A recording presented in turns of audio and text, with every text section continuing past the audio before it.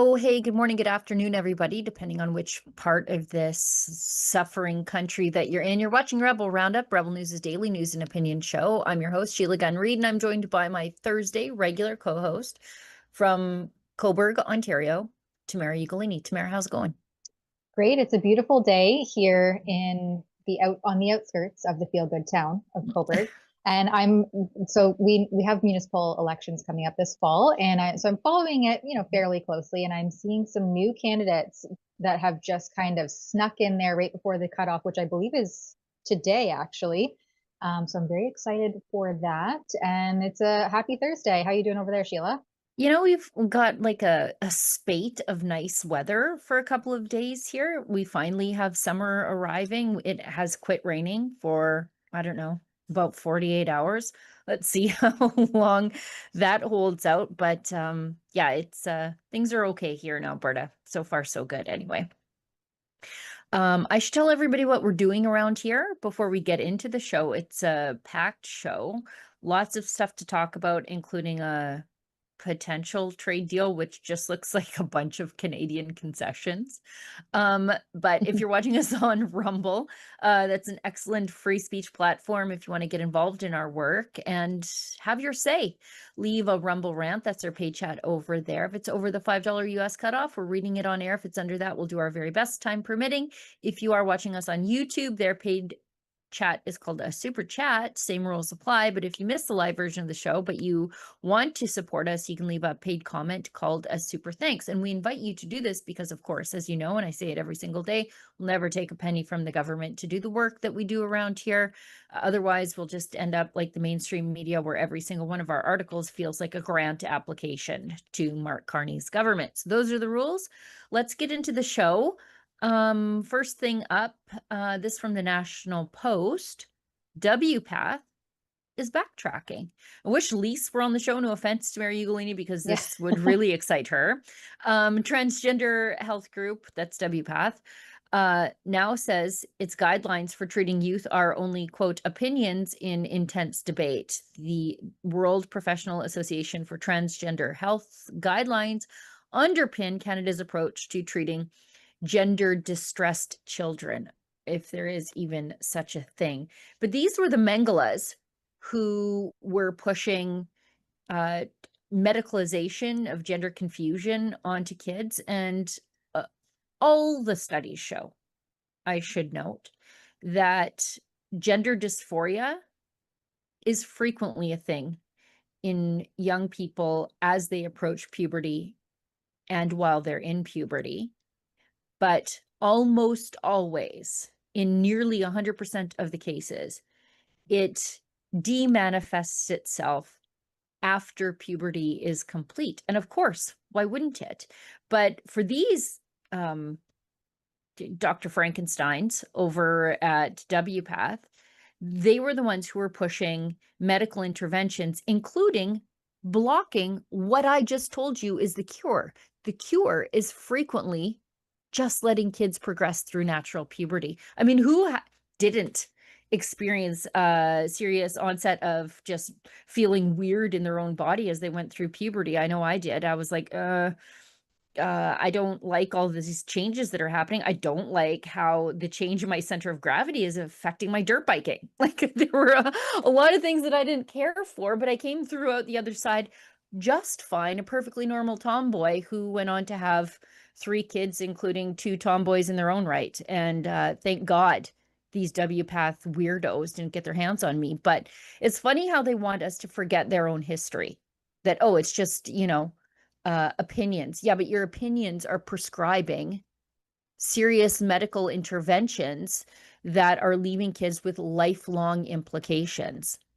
Yeah, puberty blockers, I mean, they're limiting growth, weakening skeletal structures, bones.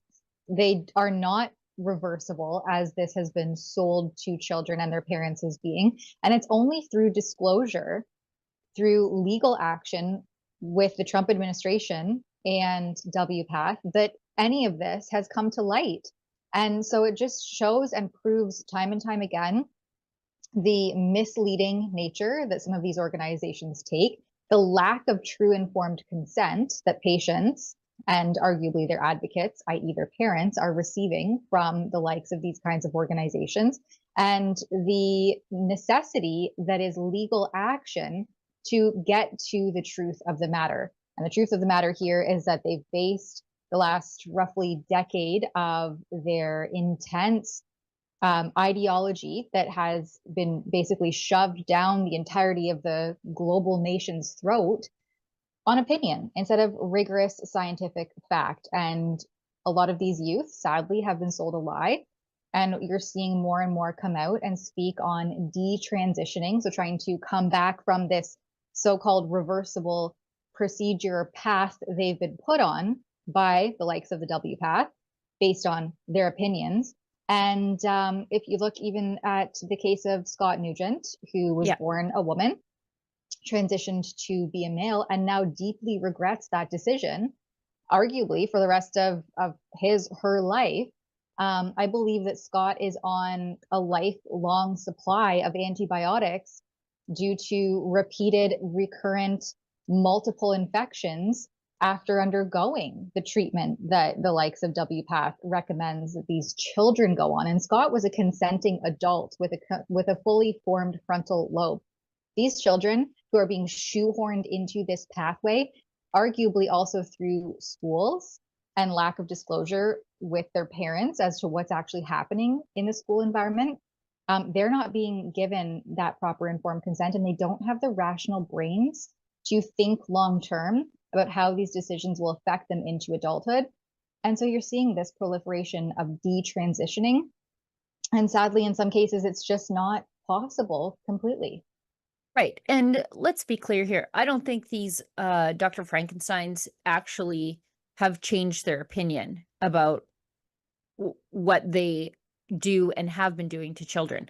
I think they're just worried about this lawsuit from the FTC, so the US Federal Trade Commission, because they've been accused of making deceptive claims regarding the treatment of children. And so now they're saying that their standards of care guidelines that WPATH had, that these monster doctors were using and Canada has been using, they're not assertions of fact, but simply opinions. And since they're opinions, they're non-actionable. So they're trying to prevent themselves from this FTC lawsuit and potentially class action lawsuits from detransitioners down the road. And that doctors themselves bear independent responsibility for their own advice. And then so critics now are saying this is the evidence-based gender medicine group. They are concerned that none of this stuff is grounded in actual medical reality. They're saying WPATH now agrees, yeah, all of a sudden, now that there's a lawsuit, that pediatric gender medicine is marked by, quote, medical and scientific uncertainty. Yeah, except the problem there is they've been acting with certainty, and they've been presenting their medical interventions on kids as certainties to these kids, to their families, and even to, as you said, consenting adults. Parents have been told that the WPATH approach is not optional, but medically necessary and life-saving. And they have been emotionally manipulating parents of gender-confused kids for a very long time. These are the people who say, would you rather have a living boy or a dead girl because you didn't allow them to transition? But we know, again, all the studies show that the suicidality doesn't get better post-transition. Why? Because medical intervention should not have been the treatment. I hope that these people are sued into the inner circle of hell for what Yeah. they've done. Into oblivion. And we have to remember that puberty blockers are not this benign thing. These are No. the same class of drugs that are used to chemically castrate prisoners and men accused of sexual deviancy and an inability to control their urges, namely to assault or abuse women, children, predators, etc. This is the same class of drugs that is used on those people for chemical castration being used on children who are being essentially sold a lie and that they were Yep. born in the wrong body. Or, I mean, how devastating to your sense of self and your sense of identity as you're going through these changes, as you're going through all these hormone shifts and the struggles of your teenage years, trying to find out where you fit in, who you are. These are all normal, commonplace struggles. And what a devastation it would be to be told, no, you're born in the wrong body. Your body was born wrong. That to me is just so toxic rather than embracing, you were born in the right body. You're a boy, you're a girl. If you want to dress X, Y, and Z, or, have paint your nails or have your hair, whatever, do your thing, but you're still a girl or you're still a boy. I don't know where we went so wrong on that message. Yeah, being a tomboy is not a birth defect, and that's how Yeah. they treated it, for a very long time, and I hope these people, in the coming days and years are never able to show their faces in polite company. You used to be able to search the WPATH directory, so you could find pediatricians in your area that were doing these sorts of things, and, I thought it was very useful, you know, so that you would know where not to take your kid. Because if your kid ever said, like, I'm feeling a little weird, that they didn't send your daughter into early menopause at age 14 because they liked doing boy things like shooting or dirt biking or playing aggressive contact sports. Yeah, the damage they've done to a generation of young people, we're going to look back at this time like the satanic panic of the 80s. Absolutely. Yeah, and it truly is a death cult when you Mm, are putting into the bodies of innocent small children a chemical castration drug. I mean, though that their reproduction and the repercussions to reproduction that will ugh, be fueled by the use of these drugs is just so ghoulish and disturbing, and to know that they were told that it was reversible yeah. is the most, just it disgusts me to think of these poor children as they come into adulthood and as their brains become developed and they realize and start to recognize they're, like that one girl with the TLC series. Oh, jazz. Yeah. And, they come into adulthood and, you look back and reflect, and what is the future going to be like for those situations? It's heartbreaking to think. Right. And then there's the emotional trauma of the daily routine that you have to undertake. And I don't want to get graphic here, but the daily routine you have to undertake to maintain the surgical mangling of your body at the hands of these monsters. It's just the trauma of it. And they were sold this that it was safe, it was effective, it would be the cure all to all of your psychological issues, when really it inflicted even more on people who were already struggling. It just the absolute hellishness of these people. And I hope the FTC grinds them to dust. I really do. And just to Um, drive that point home, too, in February, the American Society of Plastic Surgeons rejected adolescent gender affirming procedures because of that very risk and that very thing. They're like, you know what? We're not going to perform plastic surgery on minors who are experiencing this gender dysphoria because it's not ethical, because it is wrong. And so the American Society of Plastic Surgeons came out and rejected outright undertaking any surgeries specifically on minors. And I mean, obviously, I argue that that's the right stance to take. Yeah, imagine going back 100 years ago and telling your ancestors, in the year of our Lord 2026, there would be doctors out there justifying inverting the wiener of an adolescent child in the effort to create that young person into a girl, or cutting all the flesh off the forearm of a young girl so that she could have a phallus created for herself, because she was sad about her changing body. Like, they would be like, okay, those people, we lock those people up in an institution, or we put them under the jail because they're monsters. And here they're celebrated experts on the CBC. And they laugh all the way to the bank. They sure do. Let's quickly change lanes from that depressing topic to another depressing topic. Mark Carney, the trade deal that was supposed to be done, I believe, 2 days ago.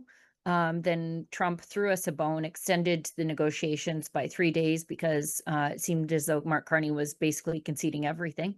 Now he's briefing premiers and cabinet as negotiators work to finalize the trade deal. Why are we like taking a 3-day extension on something we should have been working on for the last 2 years? But okay. And it seems as though they're conceding everything so far. So late Tuesday, US President Donald Trump announced he had reached a tentative trade deal with Ottawa and postponed the implementation of 50% tariffs on 20 billion worth of Canadian goods for 3 days.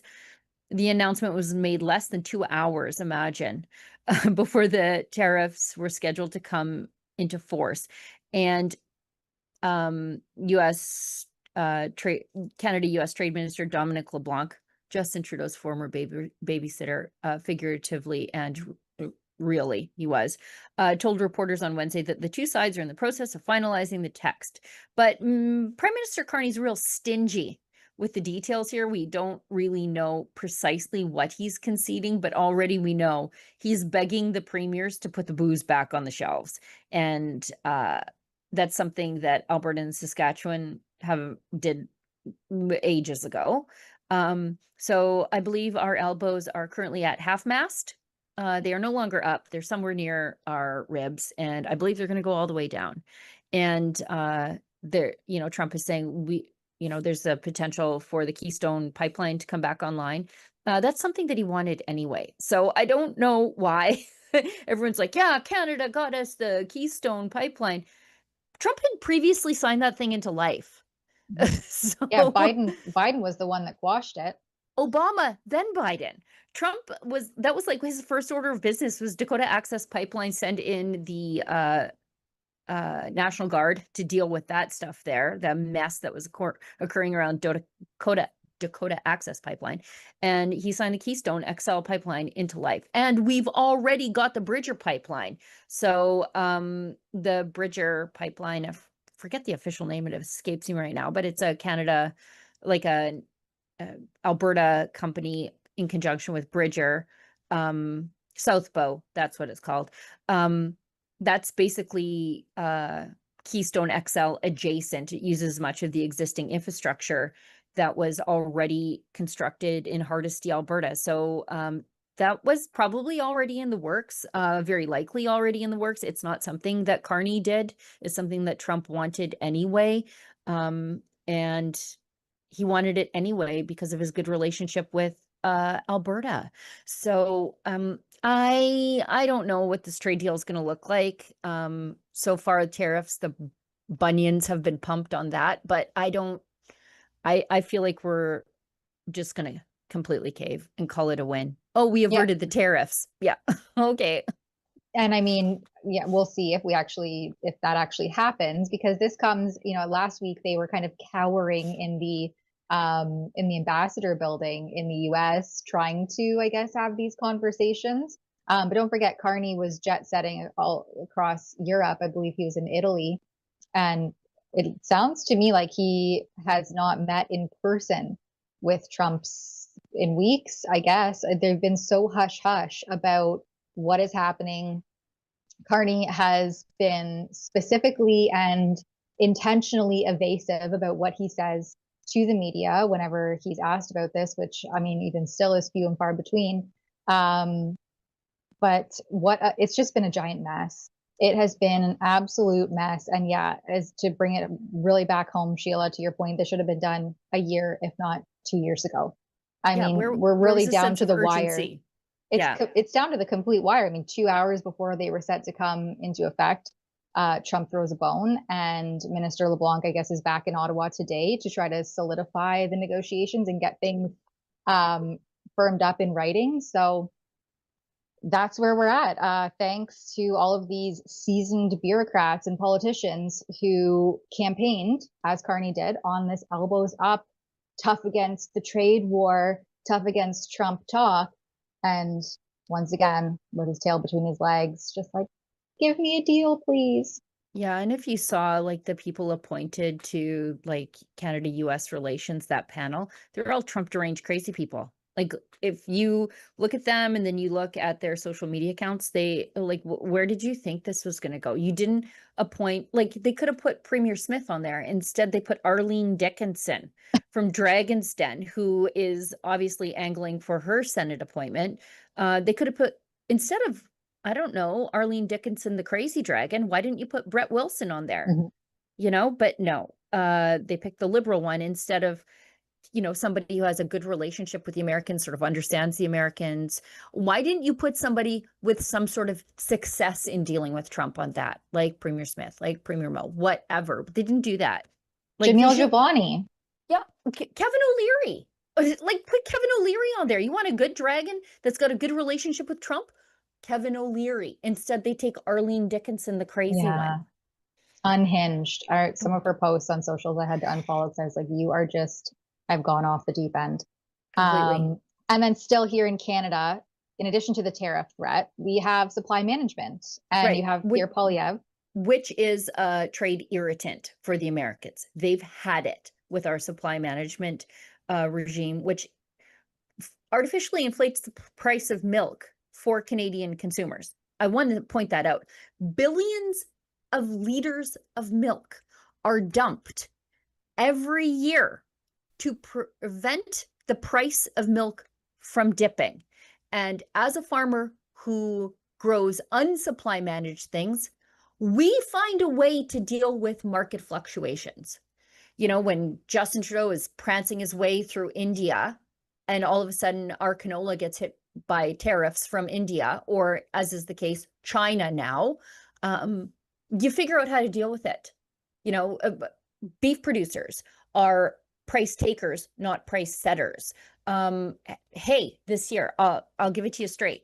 The price of hay is going to go through the roof this year. Why? Because of the inability for us to get a second cut of hay because of the rains here. And so, farmers figure out a way to deal with it. Like beef producers on the other part of the cow, they are able to figure out how to deal with market fluctuations. Yeah, it causes instability, but you figure it out. It's just the nature of the business, but not so for dairy and poultry, which are supply managed industries here in Canada. And for some reason, the milk lobby has all the parties just strangled and just captured completely. Even the conservatives who should be about the free market, they are completely Soviet on the issue of supply management. And milk producers, I sympathize with you, but don't write me any letters. I don't care. I don't. Tell it to somebody who doesn't understand farming or, for that matter, nutrition. I don't want hear the lies about how American milk is poison. It's not. Stop it. It's not. Otherwise, you wouldn't eat cheese when you go to Bellingham. Okay.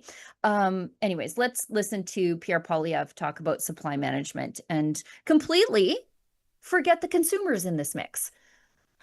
Would you support changes to supply managed dairy to try to strike a deal with the Trump administration? Well, we do not believe that there should be unilateral concessions to the United States of America, getting nothing in return. We believe that the United States spends tens, if not hundreds, of billions of dollars in subsidies to its farmers, which put our producers at a competitive disadvantage. And we believe in standing up for our farmers on this side of the border, including supply-managed farmers. We believe that they produce an excellent product, and we don't accept the view that that our farmers are at are getting unfair advantages over the United States. If you look south of the border, they're the ones that are doing massive subsidies that create enormous one-sided advantages in their favor. So. We think it's time for our Prime Minister to start fighting for our farmers and putting our own producers first. Here's your check from the milk lobby. This is such baloney. My problem with supply management has got nothing to do with trade with the United States. It's got everything to do with cost and choice to the consumer. If you believe Canadian milk farmers, and I would tend to agree with you, if you believe you have a superior product, then you shouldn't have a problem competing with an influx of American product, right? Canadian lamb producers compete with New Zealand producers in your grocery store every day. Why can't you compete? This has nothing to do, as far as I'm concerned, with the American trade irritant, although it is a trade irritant right now, and now's a good time to resolve all of this. But you're dumping milk and making poor people pay too much for a jug of milk. That's my problem with supply management. And when beef producers can figure it out, surely you can too. And to roll back supply management, we have examples from Commonwealth countries that the US has market access to about how to do this. Australia and New Zealand being the two most recent notable ones. And this issue drives me so crazy that I find myself agreeing with Jason Kenney. Although I do ask Jason Kenney, who's now suddenly come to Jesus on repealing supply management, why didn't you do it when you were a cabinet minister for like 10 years with Stephen Harper? Where was your voice then, Jason Kenney? It's just easy now to stand up. But you should have done it a hell of a lot sooner. Sorry, Tamara, I'm monopolizing the conversation. No, I appreciate your takes. And the milk, is the top of the proverbial food chain in this regard, but that trickles down into all those other byproducts, which are also, important for a healthy, robust diet. Your cheeses, your yogurts, butter. I mean, to buy a thing of butter is insane these days. And I use butter for like everything. Me too. And so, yeah, to have this supply management, and I just always find these things so Orwellian worded. These clauses just spiking the cost of all of those things. It's not just the milk, it's all of the byproducts, and everything is so inflated these days that, yeah, let's let the free market take over, please. Right. And like the quota system is so expensive for entry for small, medium producers that there are really no small, medium producers, or very few anyway. And so like if you wanted to be a high-end boutique producer of milk or cheese or whatever, it's damn near impossible, because to buy in on the quota is so expensive that sometimes big hedge funds own the quota and you don't. And you're just a producer for the big hedge fund. It's ridiculous. Yes, it's a trade irritant. Now's the perfect time to roll it back. Follow the example of Australia and New Zealand. But at the end of the day, food inflation is killing Canadians. This is a basic staple. Find a way to make it more affordable and get more producers into the market, because right now they can't. Yeah. Now's the time to unleash. Canadians are struggling. Yes. Now, and speaking of unleashing, oh God, Sean Chen, he's this gift that just keeps on giving. So Sean Chen, Liberal MP from the Toronto area, he apparently 2 weeks ago, you guys, if you prayed for him, it worked, because he has made some sort of miraculous recovery. Good for you guys. If you were on your knees when you were talking to the Lord and you were like, Sean Chen, heal this man from this debilitating injury that he has related to a single vehicle rollover, which resulted allegedly. Allegedly. Although a Toronto Star has said that they have seen the police report, so I don't know, but I'm curious as to why he wasn't breathalyzed. But anyway, single vehicle rollover, where his vehicle ended up rolled over and on the hood of his vehicle, according to the police report that the Toronto Star has seen. His injuries were so debilitating that he could not make the 1-hour flight to Ottawa to fulfill his duties as an elected Liberal MP. So he just very recently decided to resign, like 2 weeks ago. However, post-accident, but before his resignation, he's off gallivanting to China and posing in these CCP-linked promotional videos for some reason. A lot of that was uncovered by independent researcher Andy Lee. I should credit her. But he's over there with CCP-linked officials, the 1-hour flight, too debilitating, except the 15-hour trip one way. was apparently okay. The excuse is that he needed a change of scenery to a communist country, 15 hours one way away. Like he literally circumnavigated the globe to get there. And now, in a really just miraculous healing, like Lazarus, basically resurrected from the dead, he is now running for Toronto City Council. So can't get to Ottawa 1 hour flight. And these guys are flying at least business class, right? Like they're not slumming it with us back there in economy. And that was too uncomfortable. Now he's going to run a campaign for Toronto City Council. I don't know. I don't know. Something more is going on here. Yeah, we need, well, there's so much that we need in this country, but to me, this screams foreign interference. And I think it's very clear that the best and most effective way to interfere in politics and meddle is at the municipal level. Nothing is happening quickly in the province or the feds. So let's switch gears and target municipalities. And to me, this screams exactly that. We don't have a foreign interference registry. There's no meaningful oversight. There's no committee. There's no watchdog. Nothing's happening in that regard, despite having weeks, months of a foreign interference commission, an investigation. We know that this is a problem in this country. And yet here you have this individual who has very suspicious ties, suspicious connections, has been utilizing those, using suspicious excuses, all of a sudden is miraculously healed and running for Toronto City Council. This all is not the math isn't mathing for me here. Yeah, China's got to have their man somewhere. And I guess it's going to be at Toronto City Council. You know, those of us who, after serious vehicle car accidents or whatever, we go to physiotherapy, you know, we put the work in. This guy just went to China, and maybe we're doing it all wrong. So this astounds me at how in my face it is, because to run for city council, that's a lot of door knocking. Like those elections are really won at the door. Like you're out there every day putting up signs, building signs, holding campaign events, going to debates, and on your feet knocking at the door. I feel like that's a little harder than getting on a plane and going to Ottawa.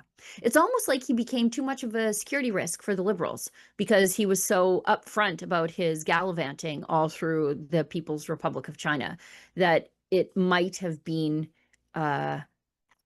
difficult for them, given their problems with other MPs who had been CCP linked, that this was just, they had to do something with Sean, and they're like, well, use the car accident. Use that. Remember that car accident you had months ago? Use that as your reason to resign today.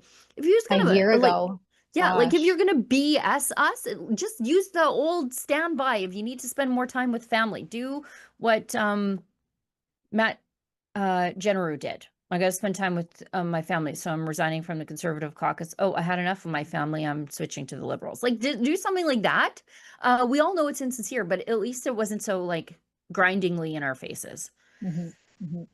And meanwhile, some seats in the upcoming Ontario municipal elections, I kind of mentioned it off the top of the hour, they remain uncontested. So this is kind of an ongoing issue, I think. Conservatives, get out there. Municipal, for all municipal elections. I don't think it's an Ontario specific thing, but definitely I've noticed, as I mentioned kind of on the top of the hour, specifically in Cobourg, that certain seats were up until today and yesterday being completely uncontested. So the mayor, deputy mayor, and then of course there's always councillors vying, or usually there's councillors vying, but those major positions were uncontested up until a couple of days ago. And it was getting to the point where people were like, really, we're not going to have anyone run up against the contender looking to get the deputy mayor position. So thankfully, here specifically, that is not the case. But across municipalities, across Ontario, that is the case. And the Association of Municipalities, as they note here in the CP24 article, they voiced a worry about this at their meeting last month, urging people to run for office and stressing the impact of local government on everyday life. That also ties back into Sean Chen and his vying now for a Toronto councillor position, because the impact of local government on everyday life, I think, is the most impactful place where you can make the most change, you can advocate the most, you have that direct kind of connection with your constituents that you don't always get provincially and federally. And as they mentioned here, AMO President Robin Jones, that municipal councils make decisions that affect housing, infrastructure, public safety, recreation, economic development, and so many more things. So this is definitely the place where you can make the most change. And I think at the same time that more and more people are realizing that, more and more people are shying away from putting their name in the hat, because it has become such a toxic place to be. Politics Look at Pickering. Horrible. Look at Pickering right now. Like, Pickering is unhinged. You know, when you see what happened to Lisa Robinson, where she's basically suspended, but also has to work, doesn't get paid, simply because she spoke out on a couple of issues that her constituents wanted her to talk about. Yeah, local politics is toxic, but how do you change that? You organize a slate of Conservative candidates and get involved. I think my mayor in my county last time around, he ran uncontested, which is crazy.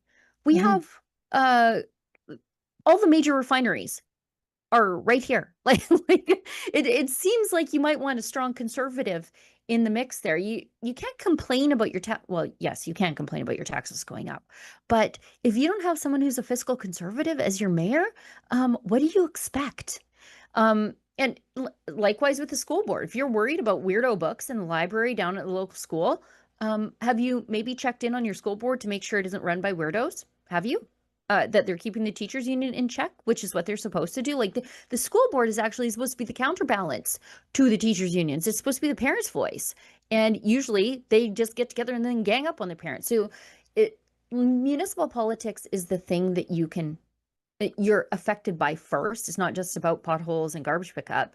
It's a whole bunch of other stuff. Even when you look at climate policy, like Ottawa's climate policy is like the city of Ottawa, like 90 billion. Calgary's was like 90 billion. That's why you don't elect crazy people to the mayor's chair. But the good news is it's the thing that you can flip the easiest, just by getting out there and knocking doors. And like a school board election, you can win that. You can win that if you get organized and get out there early. Conservatives, you must not walk away from the field of municipal politics because you're worried about Naheed Nenshi or whoever runs the Liberals in Ontario now, or Mark Carney. Like, fix the stuff close to home, as Jordan Peterson says.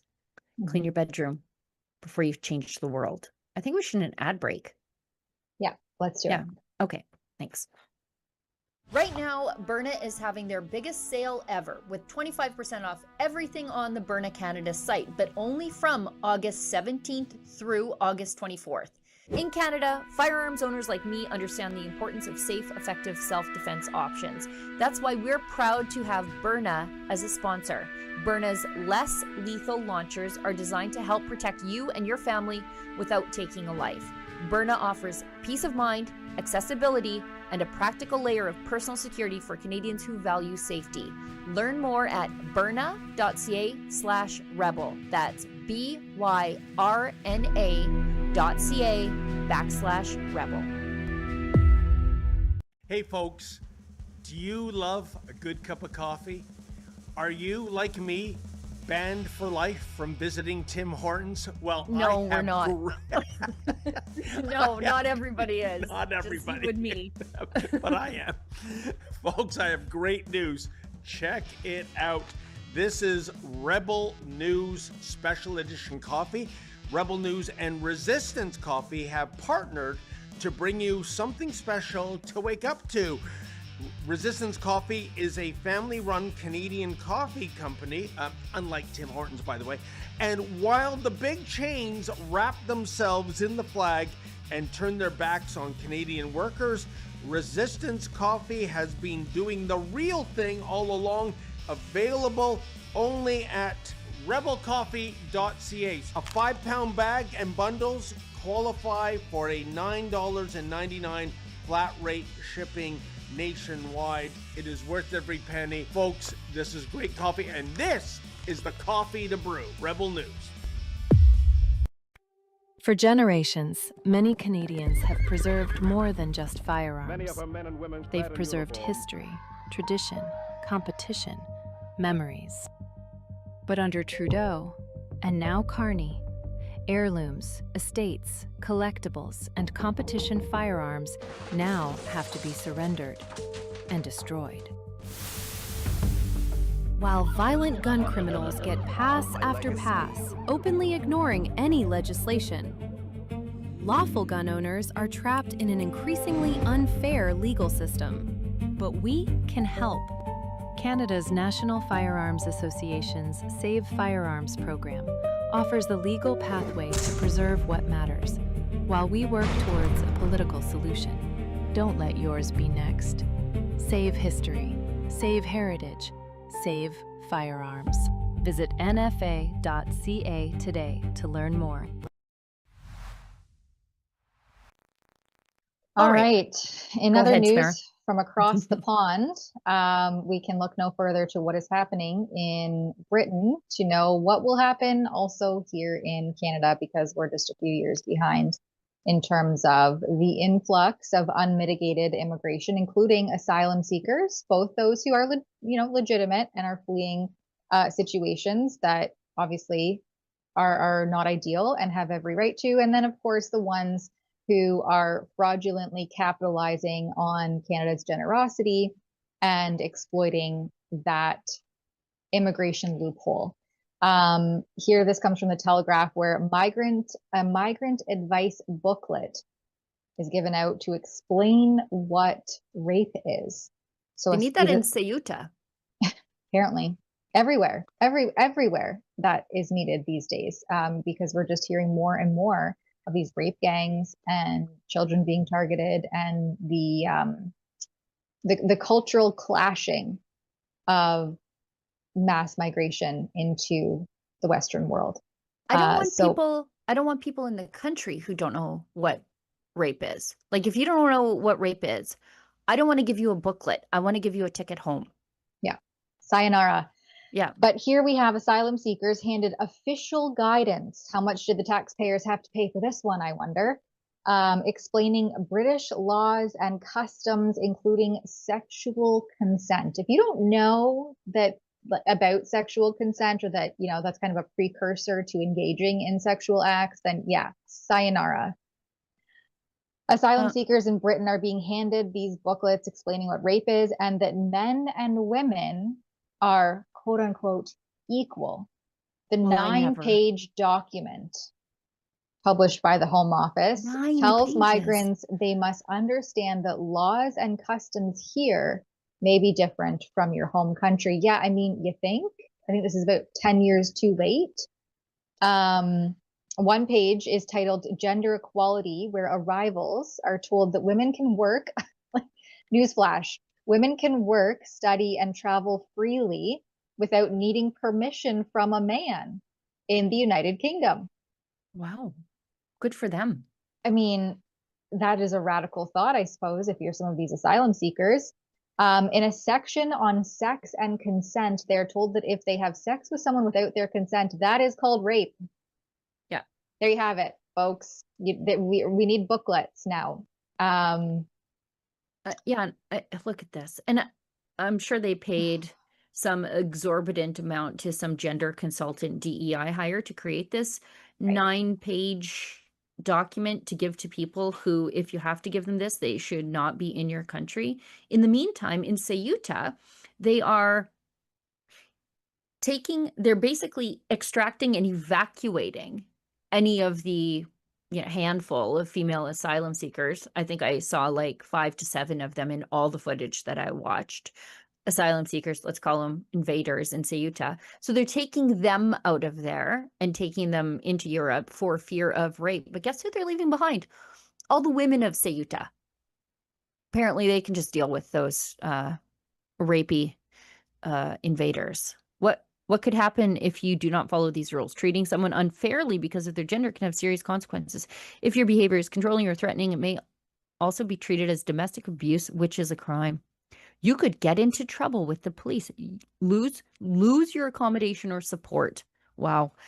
So they're giving social supports to the rapist, and it could affect, sorry, go up, and it could affect your asylum claim. Could, not necessarily if you're Canadian though.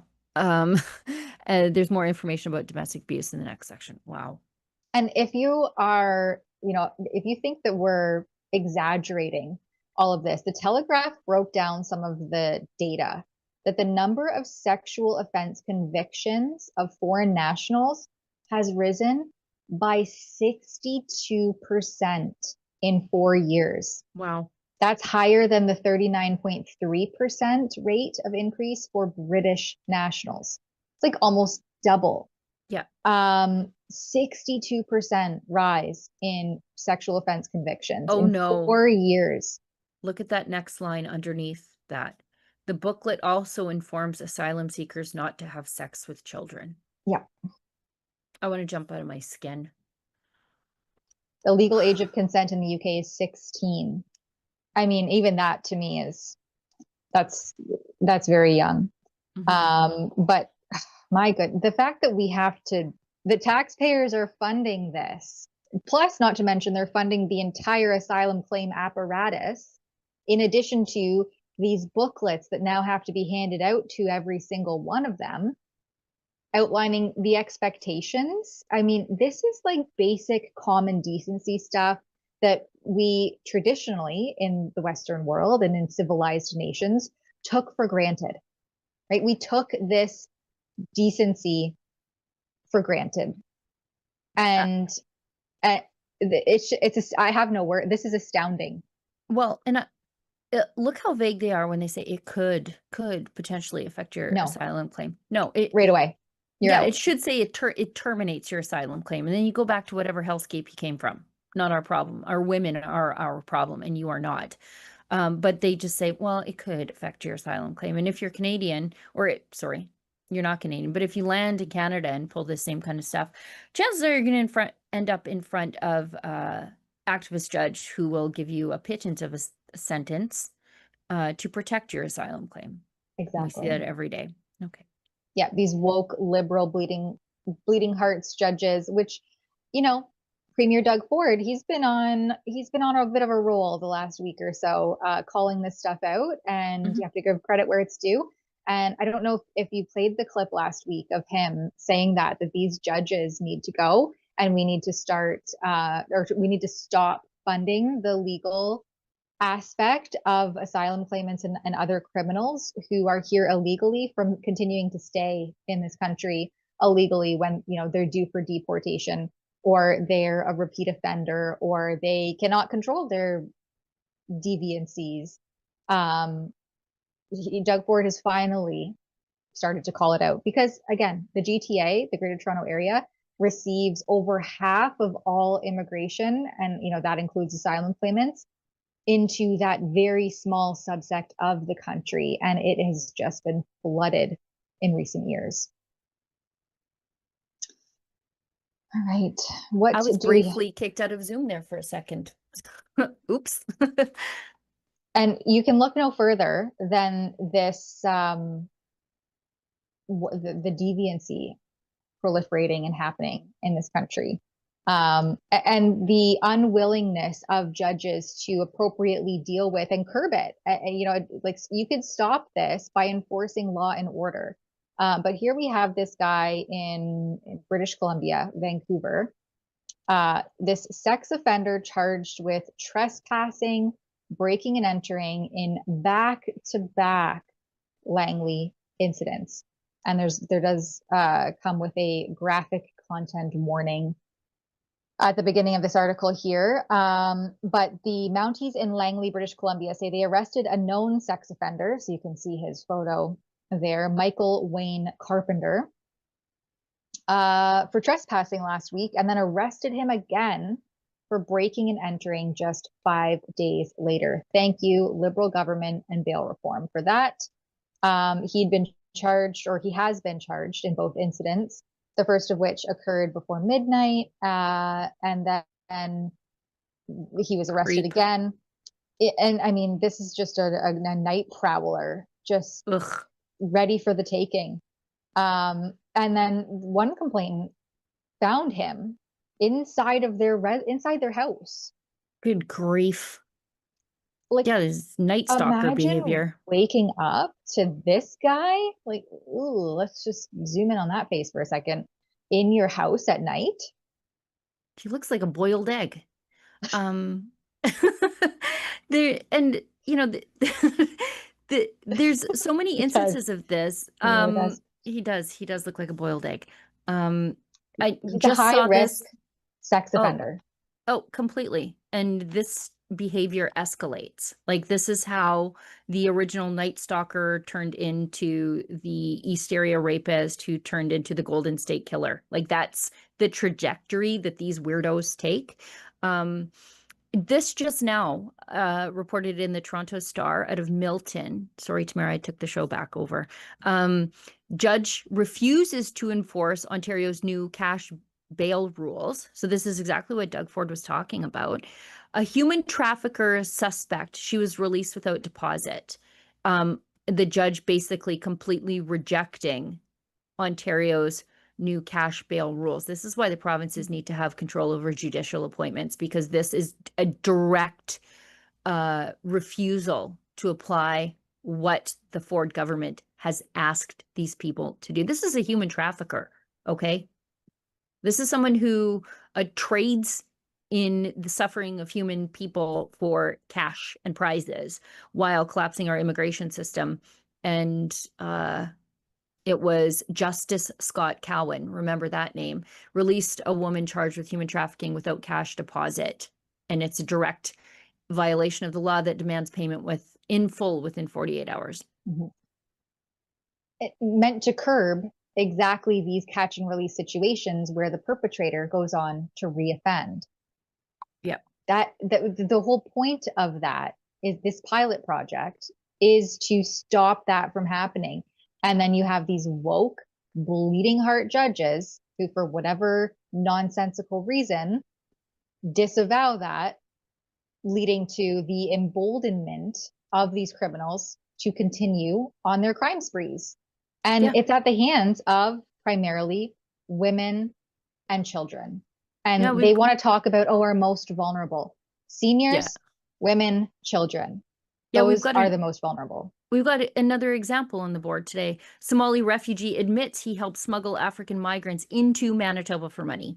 And he was actually caught twice by the RCMP in assisting the smuggling of African migrants into Manitoba during the winter, which is every year you hear about migrants. Freezing to death. And he was doing this while he was, you guessed her, out on bail.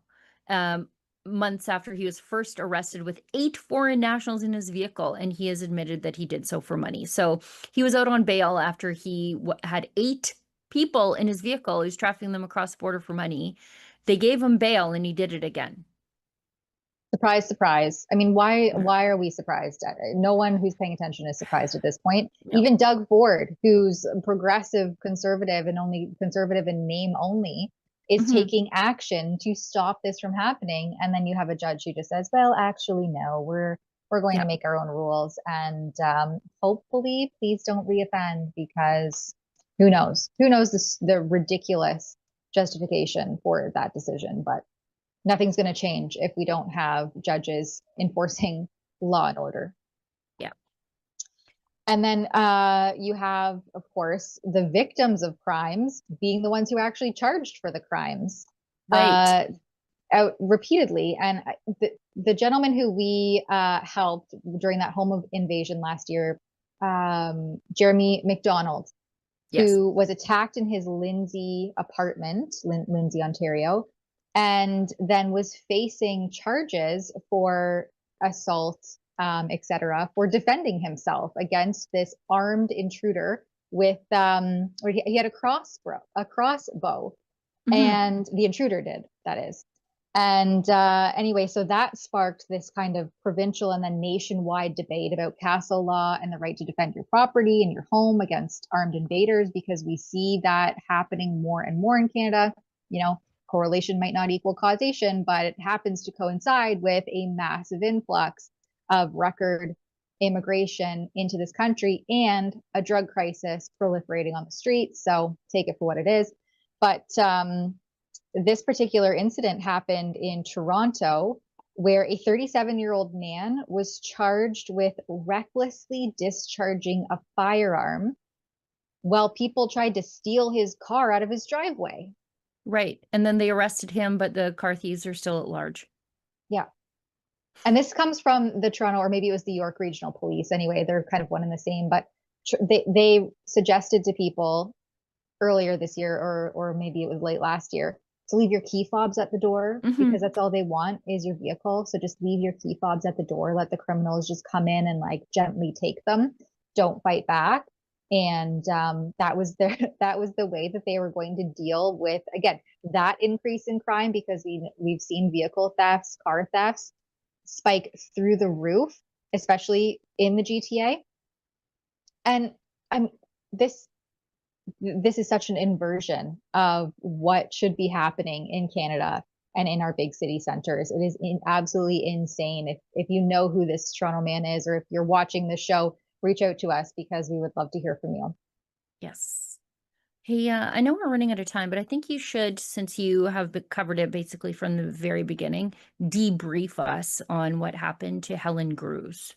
Okay, yes. So on Tuesday, Ottawa detective Helen Grews had her sentencing hearing, and that comes after 4 long years of being investigated and facing these disciplinary proceedings for essentially the crime of just even attempting to look at why there was a suspicious 2 to 3-fold increase in sudden infant deaths in the Ottawa region, coincidentally following the rollout of the modified RNA COVID-19 shots. So Detective Bruce was working in the SACA unit, that's the Sexual Assault and Child Abuse Unit, whose mandate by law is to investigate any child under the age of 5 who dies or dies suddenly outside of a hospital setting. And there are so many elements in this case that just don't make sense, don't add up.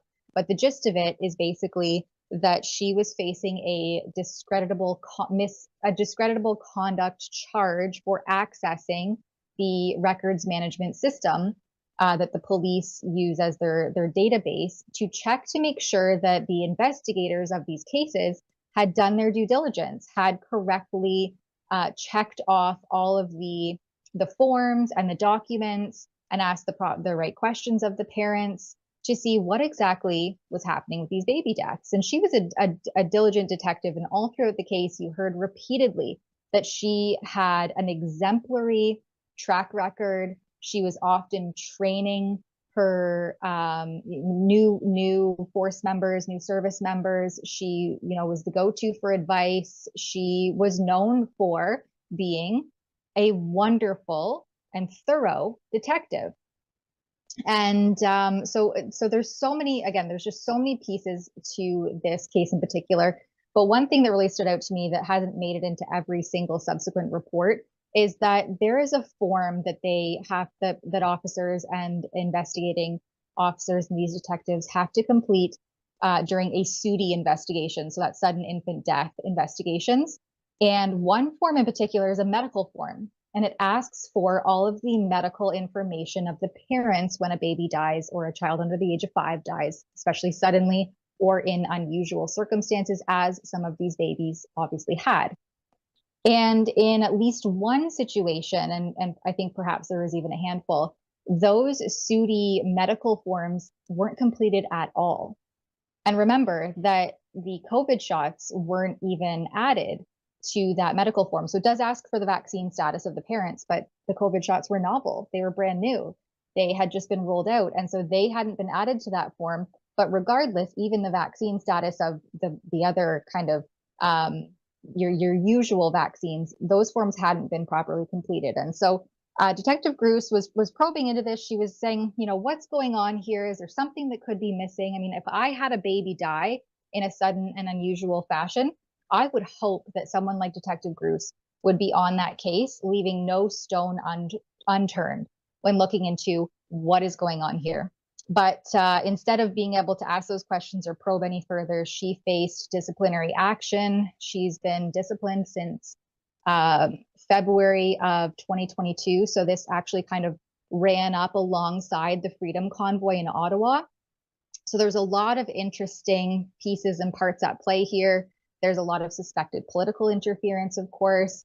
One situation where a Public Health Agency of Canada senior official was actually seen attending the Zoom call, one of the earlier disciplinary tribunal hearings, that when they were online, the Ottawa Police Service swiftly took those offline and you could only attend in person. They no longer offered a virtual option for attendance when that was leaked out to media.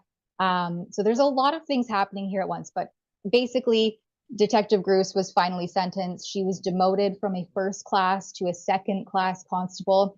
Comes with about $15,000 pay loss. And so that would total about $30,000 over the course of the 24 months that she'll be demoted. And it's an absolutely crazy story, but her and her lawyer, Bathsheba Vandenberg, are phenomenal. And they are going to be appealing this decision. And they'll be going to the kind of the proper courts, not one of these kangaroo tribunal proceeding hearing situations. And so I hope there will be more to come on this file in the near future. But if you want to find that report, you can just search me, of course, on the rebelnews.com page, or you can head to nomoreshots.ca. I think I've compiled most of the reports at that website there. So it is a wild story and heartbreaking what happened to those babies. And we know now, as more information comes out, that the product monograph of Pfizer, Moderna says in there that these products were never, they could never ascertain safety or efficacy in pregnant women because they were never studied or tested on pregnant or breastfeeding women. Health Canada, through order paper question responses, has admitted the sponsors never sought authorization for that demographic. And so the fact that these shots were pushed on and then mandated for pregnant and breastfeeding women is something that to this day has never been investigated. And when one officer tried to look at perhaps a connection there, she was investigated instead. Yeah. In the United States, she'd be lauded as a hero, but we're not a serious country. I know we're over time. We've got a cringe, but it's not so much a cringe as I accept your terms. So this is from CTV Edmonton. Police won't be allowed to march in this year's Edmonton Pride Parade after several organizations said they plan to boycott the event if Edmonton police did march. So, okay, don't threaten me with a good time. I don't want police marching in this thing either. Look at this guy, the model of a pride marcher right here. Police will not be marching in the parade. This statement comes after LGBTQ2S+ and BIPOC community members plan to boycott the parade. The groups say a police presence is a danger to the safety of their community. We're not going to be dragging our communities into spaces that are going to cause harm to them. Rerica Now, a non-profit for LGBTQ2S+ refugees and newcomers to Canada, cut ties with the parade. Rerica made similar demands in 2018 and 2025. Members say any police at Pride is a danger to their community. A law enforcement expert says respecting community is important, but not when it could put lives at risk. The concerns at a Pride Parade are people that are anti-LGBTQ2S+ community people coming and creating a problem. And there could be violence there, and I think that's one of the roles of the police is to prevent that. I heard so many acronyms there, I thought I was having a mini stroke every time, like they just say them.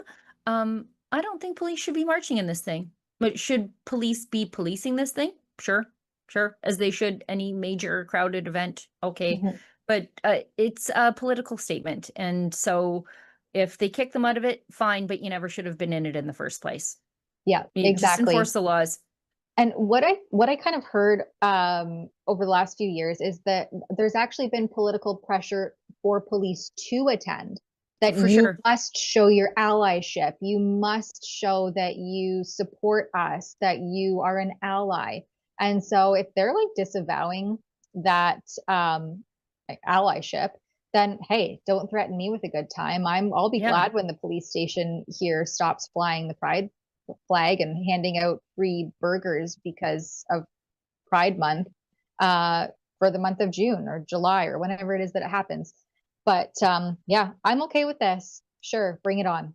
There's something really wrong with these people that they think that everyone is out there just gay bashing and nobody cares. And Like, just go away. you're especially not going to get gay bashed by the cops. Can you show me where the Edmonton police have gone around gay bashing people? Or LGBTQ plus AI plus Q something? Have you, please, good sir, at the Pride Parade, give me one example of the police hurting you, because you are not in danger if the police are there at all. I don't want them in your stupid parade, your little hedonism parade. I don't want them there. They should be doing crowd control like they do at everything and applying the laws fairly, but I trust you. Trust me in saying that the police are not going to just club you because you're gay. Like, what year do you think this is? Maybe the Honestly. police are starting to catch on that there's some deviancy happening here, and we should maybe not let men gallivant naked in the street Yeah. in front of children as it's promoted as this family-friendly event. And Yeah. who knows, maybe there's something more at play here where they're like, we actually don't want police to see what we're doing in the streets. Also, Take that angle as well. I also don't want police in a parade that includes public indecency. Like, I don't want them participating in a parade that involves criminality. I just think it's a bad look, you know? Oh, absolutely. Well, not forcing the law around public indecency. Yeah, I'd say. Yeah. All right. We have a couple super chats quickly to get to. So 3, I think. ACNH Celeste gives $6.99. Thank you very much. Excuse me. Shame that Pierre has decided to pander to the dairy cartel of Canada. Sadly, the Conservative Party is scraping votes from Quebec, and as Alberta will separate. Yeah, that's a good point. Yeah, sucking up to the dairy farmers to exclude the beef producers is quite something to come from the party where their base is in the West. Sad. Politicians Never Lie gives $5.09. Thank you very much. Keep up the fight. You are appreciated. And likewise, thank you for your support, because without it, we wouldn't be able to keep up the fight. ACNH Celeste gives another $6.99. Thank you again. God bless the Alberta separation movement and guide the hands of supporters. Vote yes for Alberta separation to end the failed Canadian government experiment. All right, there you have it. Yep. Well, thanks everybody for joining, and thanks everybody who makes the stream possible, especially Sheila, who is the backbone of the stream, and without your continuous hosting would not be what it is today. So join us again tomorrow, Friday, same time, 1 to 2 p.m. Eastern, for more great chats. And until then, stay sane and question everything. Let me just frame why I said a better deal. Mr. Carney made that promise. He said, and I quote, that we will have a better deal than we had before. Well, before we had basically no tariffs on goods coming from Canada to the United States. So a better deal would at least have to start with that.